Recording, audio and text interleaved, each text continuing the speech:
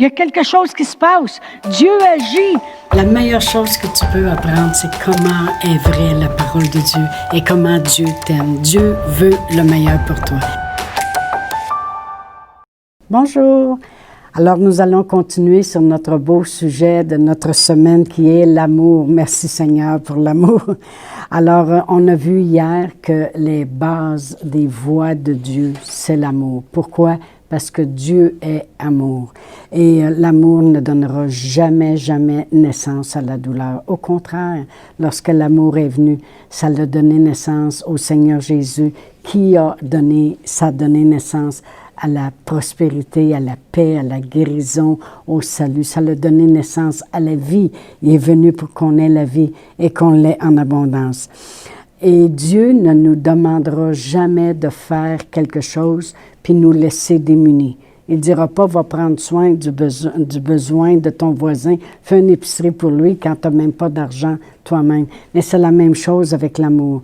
Dans Romains 5,5, la parole de Dieu nous dit, « Or, l'espérance ne trompe point, parce que l'amour de Dieu a été répandu dans vos cœurs par le Saint-Esprit qui vous a été donné. » Amen. Alors, merci Seigneur, Dieu a pris soin de déverser dans nos cœurs son amour pour être certain qu'on n'en manque pas, pour être certain qu'on a l'amour parfait pour aider les autres. Amen. Comme je dis, il ne nous demandera pas d'aimer, de l'aimer de tout notre cœur, de toute notre force, de tout notre être. Et il ne demandera pas d'aimer les autres comme nous-mêmes et nous laisser démunis dans l'amour. Au contraire, la parole de Dieu, on vient de la lire. Or, l'espérance ne trompe pas, parce que le Saint-Esprit a répandu dans nos cœurs cet amour-là, qui est un amour extraordinaire. Amen. Il ne nous demandera pas de faire quelque chose qu'on ne sera pas capable de faire. Au contraire, Dieu a pensé à tout. Sa parole est tellement complète. Amen. Et c'est pas n'importe quel amour qu'il nous a donné. L'amour de Dieu, c'est lorsqu'on va dans les Écritures et qu'on regarde dans les traductions originales, c'est un amour inaltérable. Ça veut dire un amour qui ne diminuera jamais, qui ne changera jamais. Et c'est aussi une force, une puissance, l'amour. On a terminé hier en disant que l'apôtre Paul avait prié une prière et la priait pour les gens d'Éphésiens, mais il la priait pour tous. Alors, on va aller dans Éphésiens 3 et je vais lire à partir du verset 14 à 19. La parole de Dieu nous dit que l'apôtre Paul, voici comment il priait. « À cause de cela, je fléchis les genoux devant le Père, de qui toute famille dans les cieux et sur la terre tire son nom, afin qu'il vous donne, selon la richesse de sa gloire, d'être puissamment fortifié par son esprit dans l'homme intérieur, en sorte que Christ habite dans vos cœurs par la foi. Comment? Étant enraciné et fondé dans l'amour, que vous puissiez comprendre avec tous les saints quelle est la largeur, la longueur, la profondeur, la hauteur, et connaître l'amour de Christ qui surpasse toute connaissance, en sorte que vous soyez remplis jusqu'à la plénitude de Dieu. Savez-vous que cette prière-là, moi-même, je l'ai faite, puis exactement comme lui, à genoux, à tous les jours pendant 5 ans, régulièrement. Je disais, Seigneur, il faut absolument que mon mari et moi, mes enfants, leur futur mari, leur futur enfant, on soit enracinés et fondés dans l'amour de Dieu. Parce que je savais l'appel qu'on avait dans notre vie, puis je savais quel amour j'aurais besoin d'avoir envers les gens. Alors, l'apôtre Paul, c'est ce qu'il priait, parce que lui-même connaissait l'amour de Dieu. Puis il dit, je prie pour vous afin que vous soyez enracinés et fondés dans cet amour. Et si je continue, le verset 20 et 21, il dit, « Or, à celui qui peut faire, il parle de Dieu, par la puissance qui agit en nous. Et lui-même appelle l'amour de Dieu la puissance qui agit en nous, infiniment au-delà de tout ce qu'on peut demander ou espérer. À lui soit la gloire dans l'Église et en Jésus-Christ dans toutes les générations, au siècle des siècles. Amen. Alors ça dure pour toujours. Il dit, or à lui qui peut faire par la puissance qui agit en nous. Il vient de parler d'être fondé et enraciné dans l'amour de Dieu. L'amour, c'est une puissance. Amen. Puis l'apôtre Paul, il savait que pour que notre foi puisse aller de l'avant, ça prenait de l'amour. Et dans Galates 5, 6, la parole de Dieu nous dit, « Car en Jésus-Christ, ni la circoncision, ni l'incirconcision n'ont de valeur, mais seulement la foi qui est agissante par l'amour. » Pourquoi? Parce que c'est une puissance.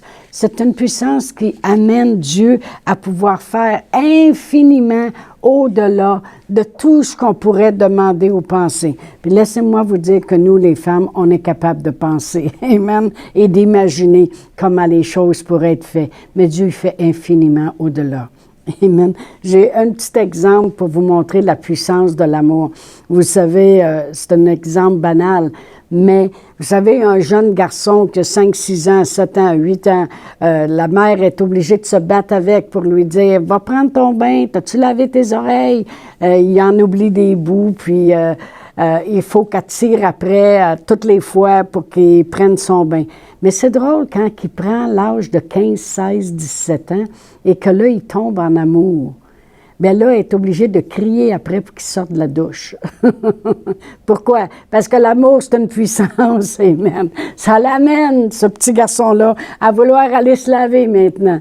Mais c'est juste une joke ou un petit exemple bien banal. Mais c'est juste pour vous dire que l'amour, c'est puissant.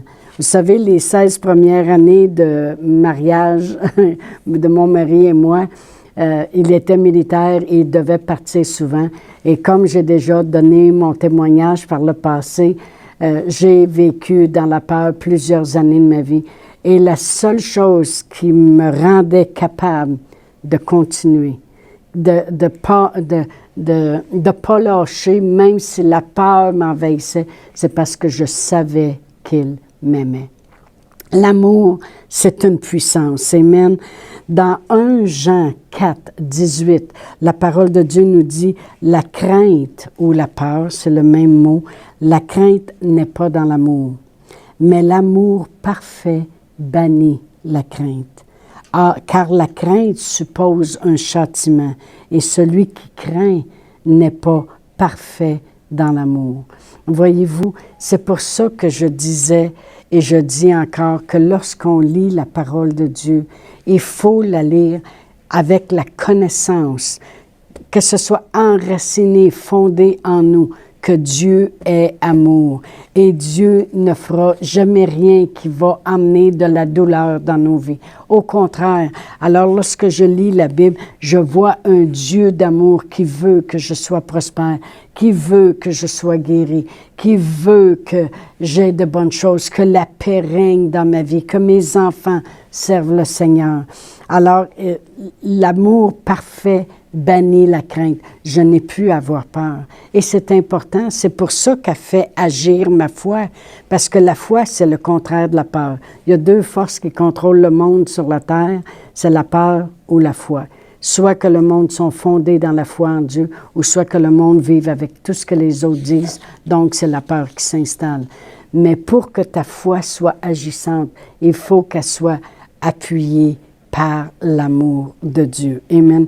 Plus je connais l'amour parfait de Dieu, ça me dit bien ici que si je crains encore, c'est que je n'ai pas connu l'amour parfait. L'amour parfait, c'est comme je disais tantôt, c'est un amour inaltérable, c'est un amour qui ne diminuera jamais, c'est un amour qui va passer par-dessus les choses. C'est un amour que Jésus était prêt à mourir pour nous pendant même que nous étions des pécheurs. Lui, il mourait pour nous afin que quiconque ose croire qu'il a payé le prix, on soit sauvé. peu importe ce qu'on peut avoir fait, il nous aime pareil. Il aime les menteurs, il aime les voleurs, il aime les homosexuels, il les aime. Il n'aime pas le péché dans lequel les personnes sont, mais il aime les personnes. Amen. Dieu est amour.